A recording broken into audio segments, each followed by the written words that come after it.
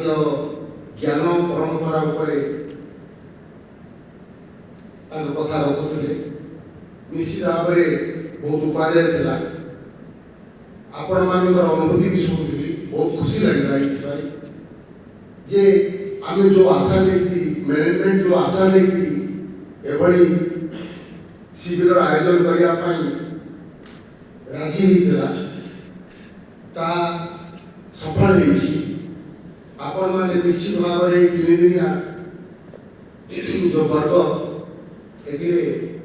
बहुत किसी शिक्षा पाई भाई मैंने जो मैंने आसते समस्ते से तो बहुत भल साधन कर्मी अच्छा रिसोर्स पर्सन्स तेणु से समग्र ओडिशा जा विभिन्न वर्ग कथा को रखुंट आम सुजोग था आम सुजोग पाई आपण मैंने ठीक भाव में ग्रहण कर आशा रखी आगामी दिन में आम जो आम निजर ज्ञान निश्चित भाव में बढ़ सहित गोटे जिस मन रखिए आम समस्त शिक्षक अच्छे आज जहाँ आम शिखिले बारंबार जो अभ्यास करानी सी पुणी विस्मृति से आनी तेणु आम केमती निज जीवन में लगेगा जीवन में लगेगा आम छात्र छात्री यदि सहित से आम यही ज्ञानटा को पाखे पहुँचेगा से कौन हम से आम भी आम ज्ञान बढ़िया सहित पे उपकृत हे तेणु निश्चित भाव में ए वर्ष जी सेमती आगामी वर्ष मन हम एभली प्रोग्राम रहा जो मैंने सान पिला आचार्य अच्छा निश्चित भाव में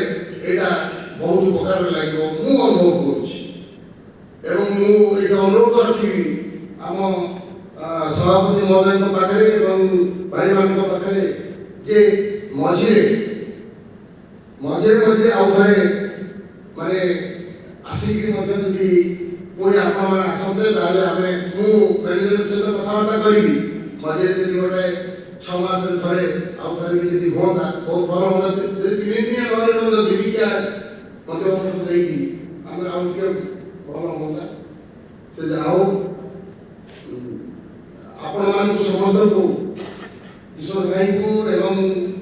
समस्त आमर पूर्णकालीन कार्यकर्ता को मु सादर प्रणाम करुच्ची आपण मैंने आमको जहाँ देखी जाऊँगी सेटा निश्चित भाव में आम कम लगेबू पिला निश्चित भाव उपकृत हे यही प्रतिश्रुति दूसरी। धन्यवाद। वंदे उत्तम।